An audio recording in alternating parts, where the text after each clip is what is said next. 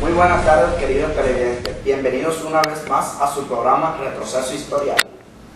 Hoy hablaremos de un tema muy importante que marcó la historia de muchos latinoamericanos. Haremos un viaje a lo que fue la independencia de América Latina. Así es, tocaremos temas muy importantes, como los factores que dieron origen a esta independencia, causas, hechos, consecuencias, influencias, entre otros. Entonces empecemos a hablar un poco de lo que fue América durante el siglo XIX. Un siglo importante, considerando que hubo un gran proceso de descolonización e independencia, y los países empezaron a gobernar por su cuenta, creando su propia nación.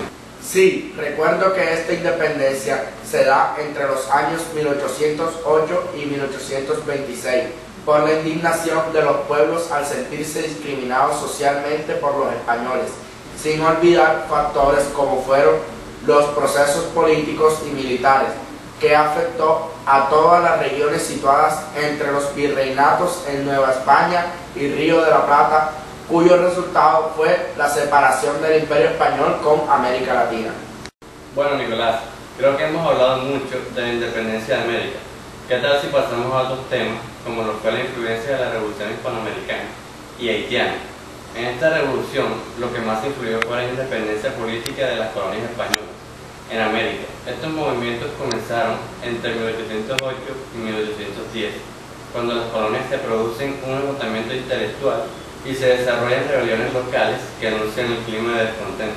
Siguiendo el tema, mencionaré un poco sobre la Revolución Haitiana, que sucedió en el año 1791, donde los esclavos de Santo Domingo influyeron en la abolición de la esclavitud y en la guerra de la independencia de Haití, abriendo paso a un proceso del sistema esclavista, de la trata negrera y del sistema colonial. Bueno, queridos televidentes, es el momento de hacer una pausa y ya regresamos.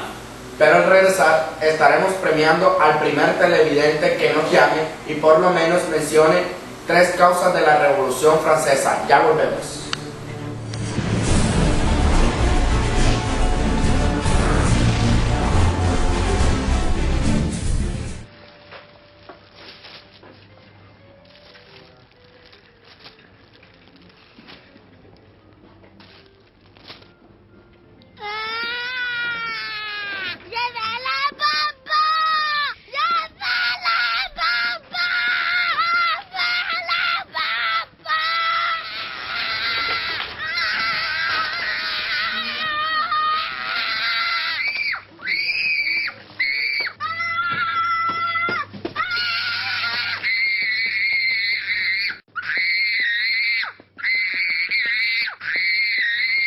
El Colegio Pestalozzi ofrece educación de primer nivel, educación de calidad para sus hijos. El colegio que andabas buscando está aquí, donde aprenderás todo lo que necesitas para tu desarrollo. Ven y únete al reto de aprender, participar, crear, competir, ingeniar y emprender. Miramos diferente para pensar diferente. Sumamos retos y multiplicamos esfuerzos. Y lo hacemos con un solo objetivo, ser los mejores. Únete, solo faltas tú.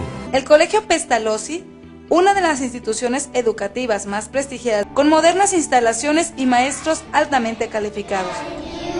Thank you very much. Sit down, please. And now.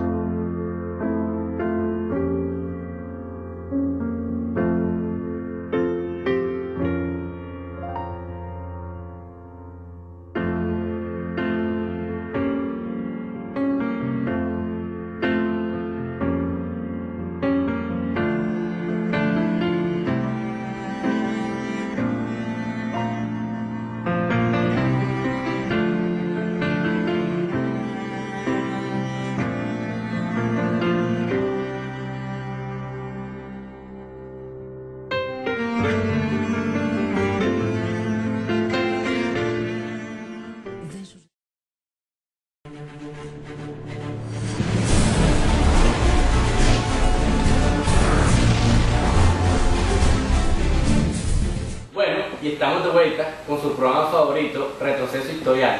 ¿Producción? ¿Hay alguna llamada? Sí, Jason, me confirman que tenemos una llamada. Aló, buenas tardes. ¿Con quién hablo? Buenas tardes, hablo con Paola Díaz. Mucho gusto, Paola. Te habla el presentador de Retroceso Historial. Te voy a hacer una pregunta. Dame 3 de las causas de la Revolución Francesa. Bueno, la primera fue el auge de la burguesía con un poder económico cada vez mayor, desempeñando un papel fundamental en la economía de la época. La segunda, el odio contra el absolutismo monárquico.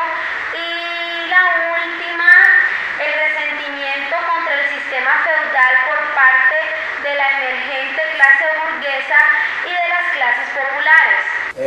Compañero Coronado, ¿usted qué opina sobre la respuesta? Bueno, yo opino que estuvo bien. Me parece que... ¿Se ganó o no se ganó la boleta? Sí, se ganó la boleta.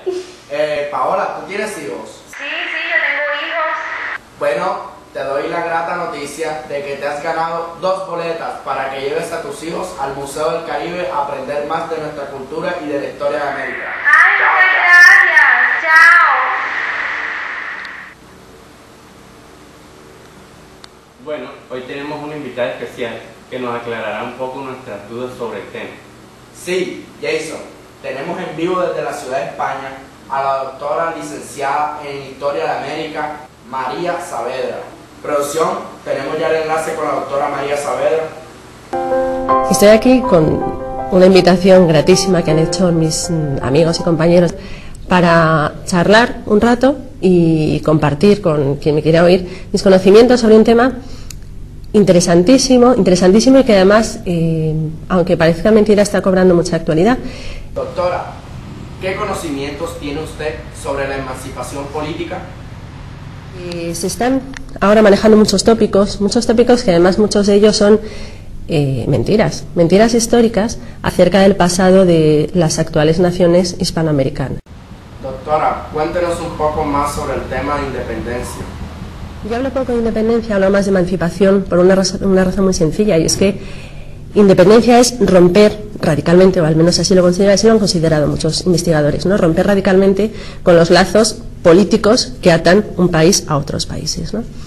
El caso de América, yo no considero que haya una ruptura radical, porque lo que hay es un decir, somos maduros, pero precisamente porque somos maduros podemos empezar un camino distinto del que hemos seguido hasta ahora vinculados a la monarquía hispánica, ¿no? Y eso es lo que sucede en mayor o menor medida, de una manera o de otra, en las repúblicas que se forman en los primeros años de las primeras décadas del siglo XIX.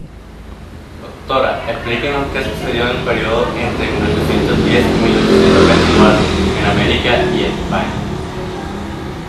¿Cómo se llega a esa situación en unos años que abarcan un arco que podemos entrar entre 1810 y 1824? ¿Qué pasa en América y qué pasa en España para lo que hasta entonces eran territorios, reinos y provincias de la corona de España, pasen en ese periodo de tiempo relativamente corto a constituirse en repúblicas independientes, ¿no? Y que en algunos casos incluso traicionando a su identidad histórica renieguen de esa raíz hispana, ¿no? Doctora, ahora háblenos un poco sobre la América de los primeros años del siglo XIX.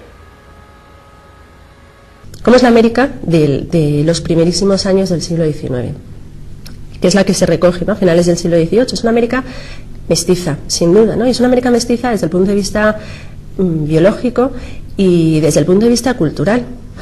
Bueno, pues ese continente, que hasta principios del siglo XVIII se hablaba de los españoles de allí, los españoles de acá, los españoles peninsulares, los españoles americanos, todos españoles, porque todos son parte de la monarquía hispánica. ¿Cuál es el cambio que empieza a vivir América con la dinastía de los Borbones? Con la llegada de la dinastía de los Borbones al trono español. Los Borbones, como sabemos, ponen en marcha todo un sistema de reformas que se va a extender a todos los territorios de la monarquía, lógicamente incluyen América. Y es ahí quizá cuando se produce un quiebro en la relación entre los territorios americanos y los territorios peninsulares. Y sí es verdad que en el siglo XVIII, a raíz precisamente de esas reformas, cuando se entrega mayor poder político a los peninsulares, El mundo criollo, los descendientes de aquellos primeros conquistadores que habían sido tan bien tratados por la monarquía Habsburgo, comienza a sentirse en cierto modo marginado del poder, ¿no? Entonces, sí es verdad que en el 18 se produce un cierto quiebro en la relación península-América, pero sigue siendo todos españoles, los españoles de allá, los españoles de acá. Doctora, ¿en qué año España vive su peor crisis que causa el hundimiento del imperio?